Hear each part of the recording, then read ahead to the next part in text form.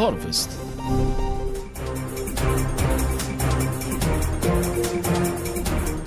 Welcome. Algiers is hosting meetings of the African Parliamentary Union to prepare draft amendments to the Union running until September 19th. The proposals are expected to be submitted for approval by the Union's Executive Committee before being presented to its leadership at the session in the Democratic Republic of Congo later this year. According to Secretary General Idegado Boubacar, These are the first amendments since 2019 and aim to provide the Union with a modern legal framework in line with Africa's political and economic development. The information was reported by Ifriki FM's correspondent to the National People's Assembly in Algiers, Mohamed Aziz Touahar.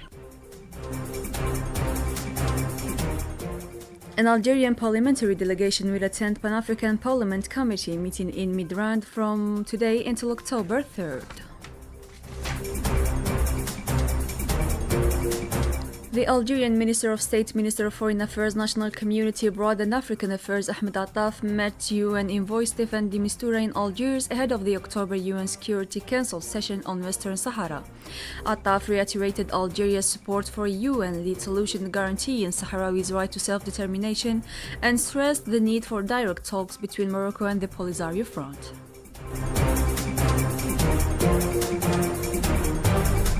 The European Association of Lawyers for Democracy and World Human Rights and the Sahrawi Human Rights Defenders Collective launched a joint petition urging the EU and its member states to end their complicity in Morocco's illegal occupation of Western Sahara.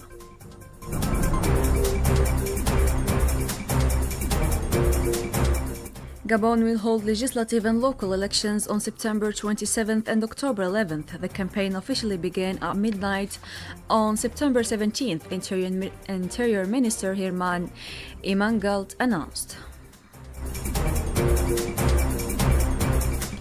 Guinean voters will head to the polls next Sunday to decide on a new draft constitution expected to bring major changes to the country's political landscape.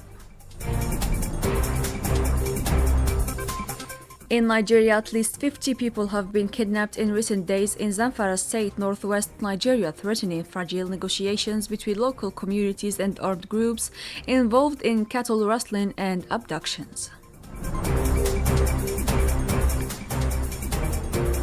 IGAD reports that nearly 42 million people in Djibouti, Kenya, Somalia, South Sudan, Sudan, and Uganda face severe food insecurity this year, warning the figure has surged from 13.9 million in 2016 to 41.7 million in 2025.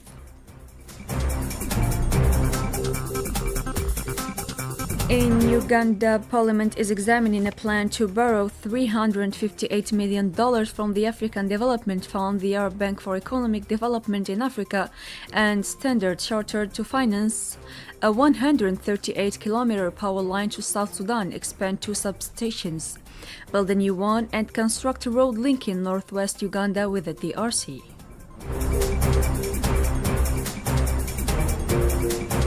In Sport, African Under-20 Volleyball Championship, where the quarter-final draw set for strong clashes for tomorrow. Hosts Egypt face Rwanda, Algeria meets Kenya, Uganda take on Morocco, and Cameroon play Zimbabwe for a spot in the semi-finals.